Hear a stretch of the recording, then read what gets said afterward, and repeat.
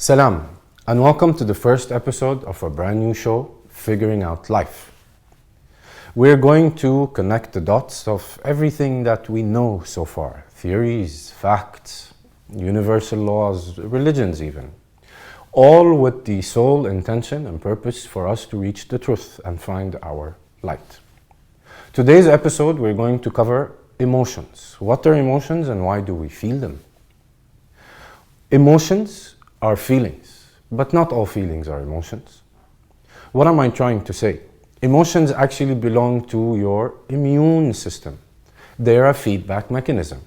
Your subconscious uses your body to communicate to you certain things that it needs to communicate to you.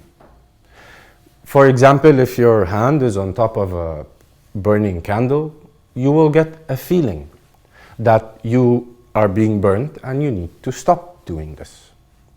Now, just the same of your subconscious using your physical body to let you know these things that are happening to you physically, externally, it also uses the other body. Remember how in Let's Wake Up, the other show, we said you have three energetical bodies that you're in charge of, which is your physical body, your mind body, which is your emotional body, and your spiritual body. Now, if something is burning you in your emotional body, your subconscious needs to communicate that to you as well, for you to stop it. So when you're going through that, it uses emotions to communicate to you to stop that. So if you're somebody who doesn't like to share food, for example, and you're out with a loved one or a sibling or a family member and they reach out for your food, you decide, because of the situation, you are not going to come out and say it because of, your relationship with that person perhaps. However, deep inside of you, you have not made peace with this. This is not the truth. So inside of you, you will feel a little annoyed that this person reached out into your plate and grabbed your food.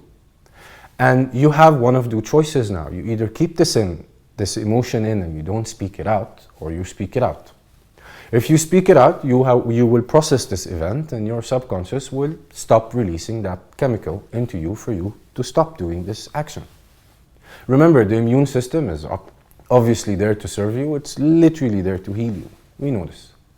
So, when you don't come out, but then you say you don't share, that you don't want to share food, but at the same time, deep inside of you, you know that's not the truth, your body will continue producing that chemical, which means your hand, as if your hand is still on top of the candle because you didn't stop the event. You didn't stop the action. You didn't move your hand from on top of the candle, so your hand remained there. So you finish dinner and you go home and that chemical is still being produced, no matter how minor it is. And it will you will have that sensation of tiny pain maybe, or chemical. That chemical will remain being produced within you forever, until you process that specific event. And that is why a lot of us carry around a lot of negative emotions for no reason really. I used to wake up every day not willing to communicate with anybody for about 2 hours. I used to call myself not a morning person. But in reality I had thousands of events that made me angry and I never came out and spoke about them. So I ended up carrying them with me all the time. So the first thing that happens when I wake up, when it's just a brand new day and nothing really has happened yet to get me angry in any way, I feel angry and I don't want to speak to anybody.